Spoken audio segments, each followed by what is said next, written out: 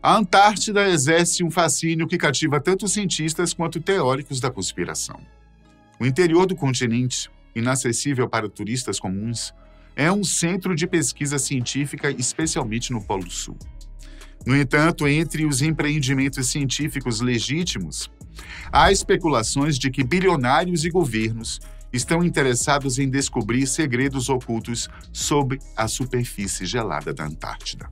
A era heróica das sociedades modernas sobre a Antártida começou em dezembro de 1911, quando o norueguês Roald Amundsen superou o Robert Falcon Scott na corrida ao Polo Sul e terminou, possivelmente, às 8 horas e 20 minutos de 20 de dezembro de 1928, quando o australiano George Hubert Wilkins decolou da ilha Deception ao lado da Península Antártica em um monoplano de asa alta, elegante, brilhante e em forma de bala, para explorar o último lugar desconhecido do mapa.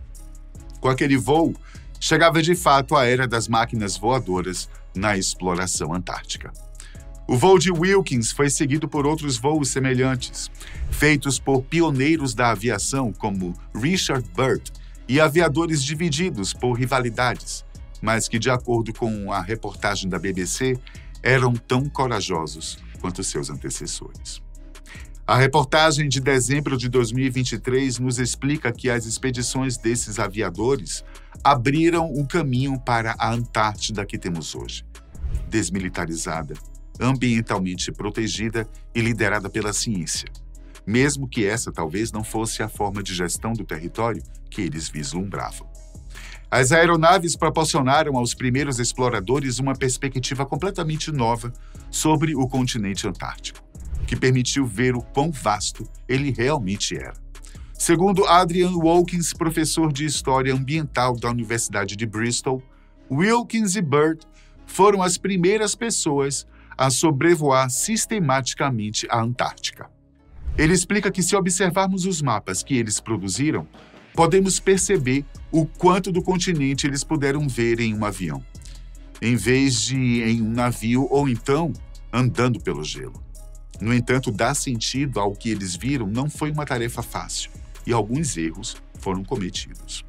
Hoje em dia, a exploradora solar Felicity Aston, primeira mulher a esquiar sozinha no continente gelado em 2012, ex-meteorologista da BAS, British Antarctic Survey, que é o órgão responsável pelos interesses do Reino Unido na Antártica. Escritora e líder de expedição, atualmente percorre com sobrevoos em regiões de linhas de pesquisa sobre um local específico para investigar questões de geofísica e atmosféricas, ou em viagens de uma semana para instrumentar locais no campo profundo, para baixar dados, realizar reparos e configurar novos instrumentos. Ela explica que, quando os pilotos se dirigem mais a fundo em locais montanhosos, eles observam o local de pouso a partir do alto, de muitos ângulos diferentes, para detectar possíveis fendas, pois um dos grandes perigos de voar na Antártica é a desorientação devido à falta de contraste entre o céu e a terra. Na Antártica, vale a pena pensar nos riscos. Para prevenir esses riscos, a BAS não envia aeronaves a um novo local, a menos que haja luz do sol em campo, ou seja, céu azul limpo. A ULT e outros membros da BAS sempre estão em diálogo com pilotos de drones, trabalhando em como misturar as operações do bimotor Twin Otter de asa alta com os sistemas de aeronaves pilotadas remotas, conhecidos como RPAS, que a BAS está desenvolvendo. Os pioneiros. Em 1928, a aeronave em forma de bala que Wilkins e seu copiloto Carl Ben Eielson pilotaram era a embarcação de ponta. O Lockheed Vega deles foi projetado por Jack Northrop, que mais tarde fundou a Northrop Corporation, a famosa pelo B-2 Stealth Bomber. No início daquele ano, em outro Vega, os dois pilotos tornaram-se os primeiros a atravessar o Oceano Ártico do Alasca até a Noruega. Do outro lado do mundo, os exploradores literalmente voaram por cima da Península Antártica. Em apenas 20 minutos, o Vega percorreu 65 quilômetros, uma distância que levaria meses para ser percorrida a pé.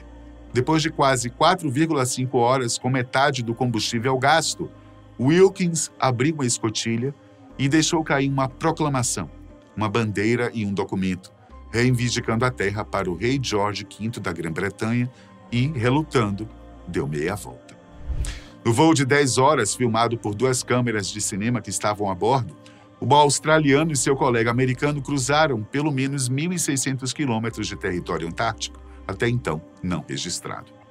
E durante o voo, eles conseguiram ter uma visão de mais de 258.998 quilômetros quadrados da Antártida, segundo estimativas da época. Wilkins nomeou as baías, terras e montanhas que ele descobriu em homenagem a seus 3 apoiadores e escreveu a seguinte frase: "Pela primeira vez na história, novas terras são descobertas pelo ar." De seu voo, o piloto erroneamente concluiu que a Península Antártica era composta por 3 ilhas e não uma extensão do continente. Os pesquisadores escrevem que nas décadas de 1920, 30 e 40, havia guerras de mapeamento porque a posse da Antártica era contestada. E para reivindicar direitos e posse sobre o continente, os pilotos e as equipes vinculados buscavam desenhar e publicar o maior número de mapas da Antártica que pudessem, com o máximo de detalhes possíveis.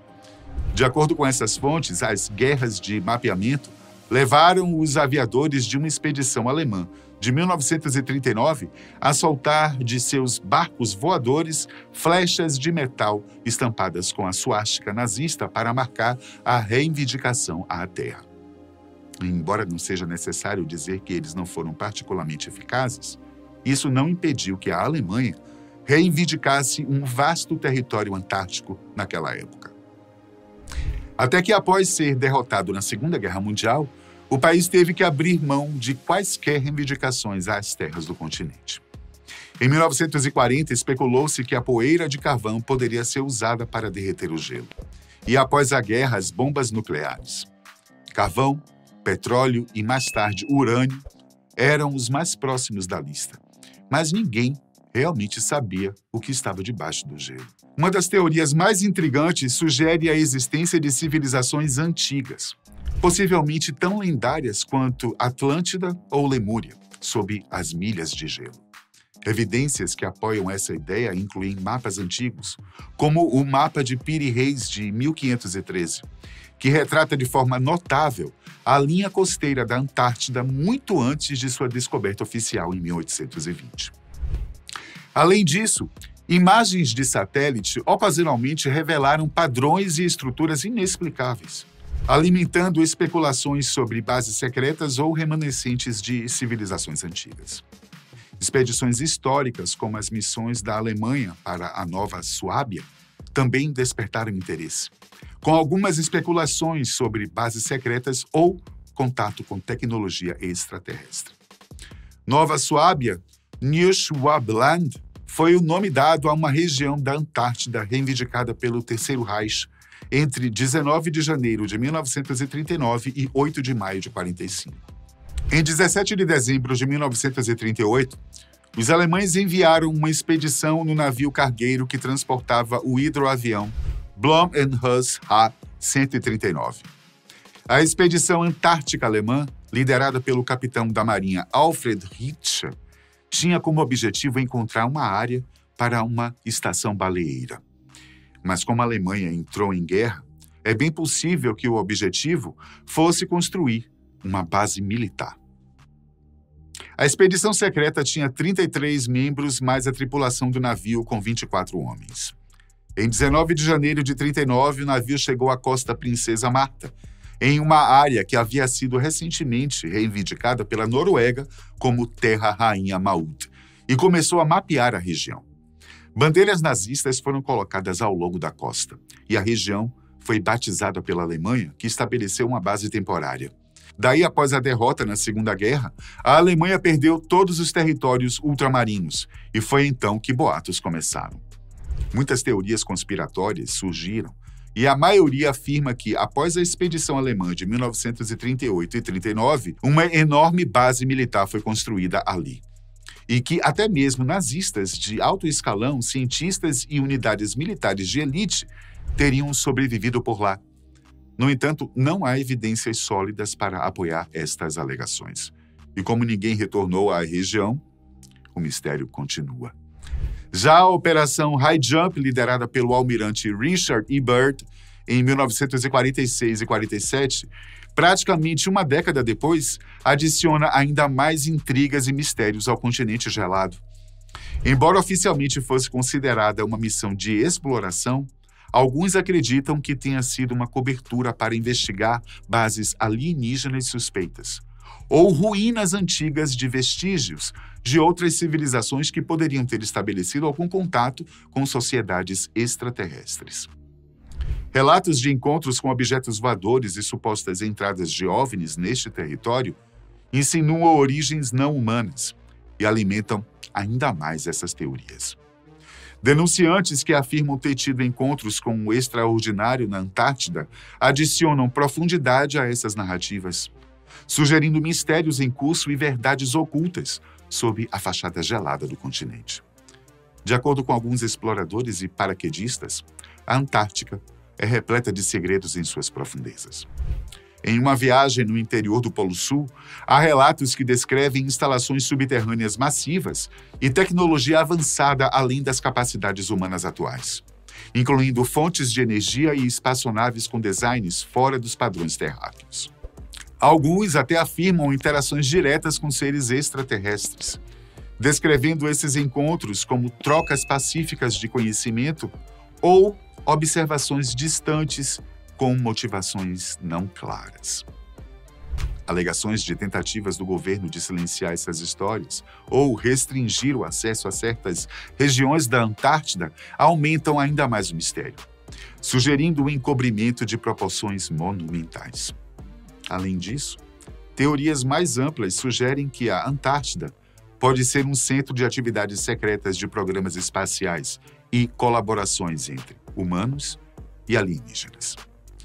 Os denunciantes e teóricos especulam que o isolamento do continente o torna um local ideal para operações secretas longe dos olhos do público.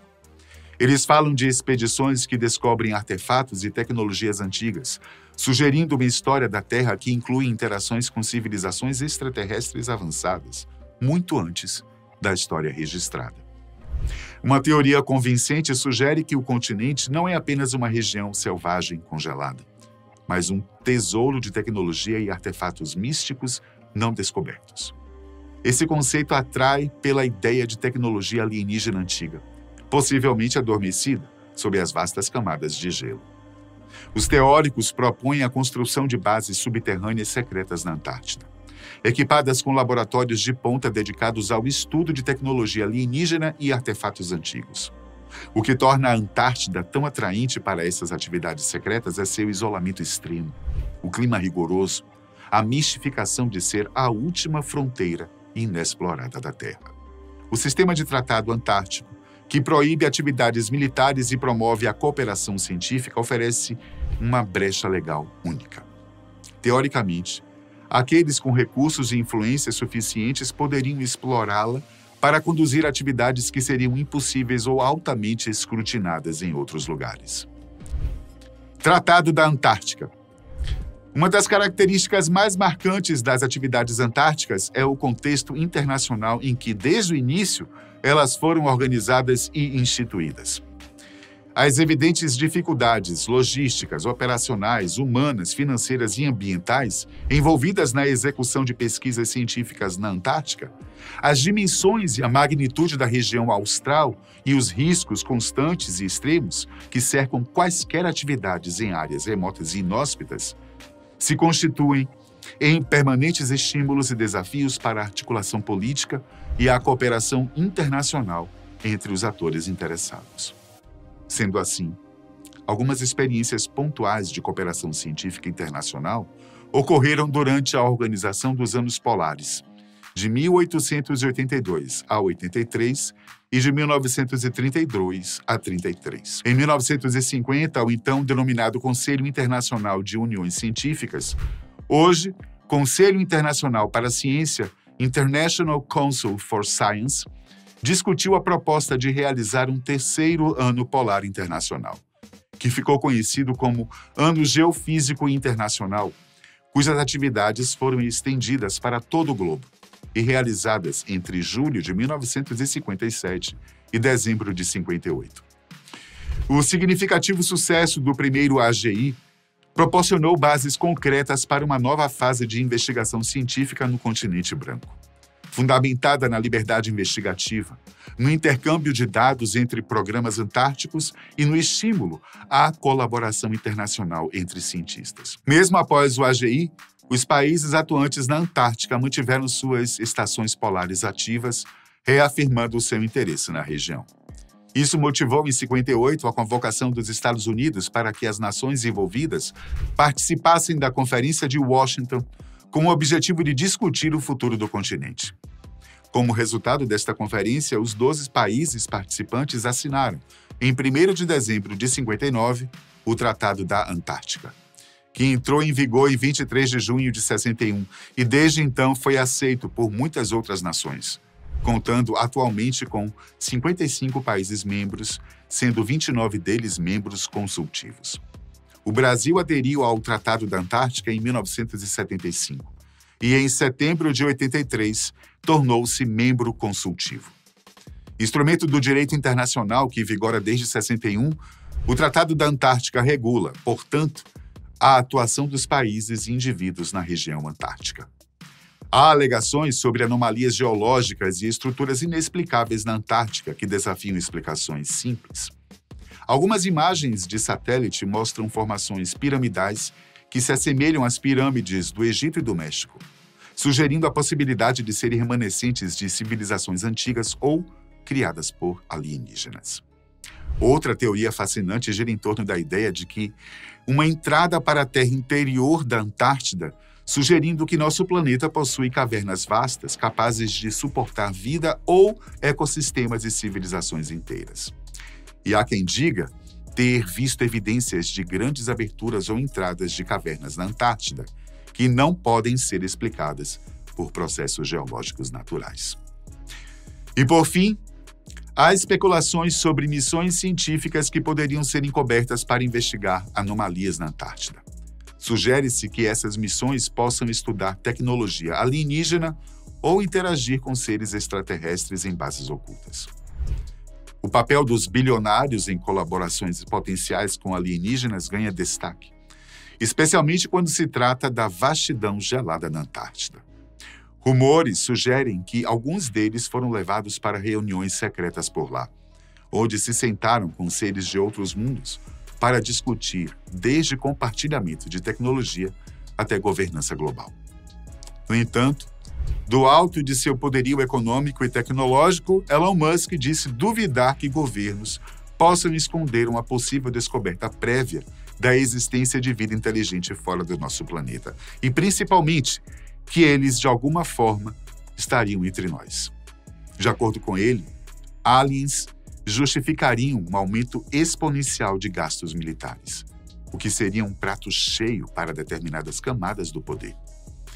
No entanto, de acordo com a revista Monet, mesmo não confirmando que há ETs entre nós, as declarações empolgadas do bilionário sobre o assunto fazem lembrar instantaneamente de Giorgio Tsoukalos, figura exótica da série Alienígenas do passado, que viralizou ao enxergar vestígios de presença de seres extraterrestres em praticamente quase tudo, do Triângulo das Bermudas às pirâmides do Egito, e virou um dos mais divertidos memes da internet.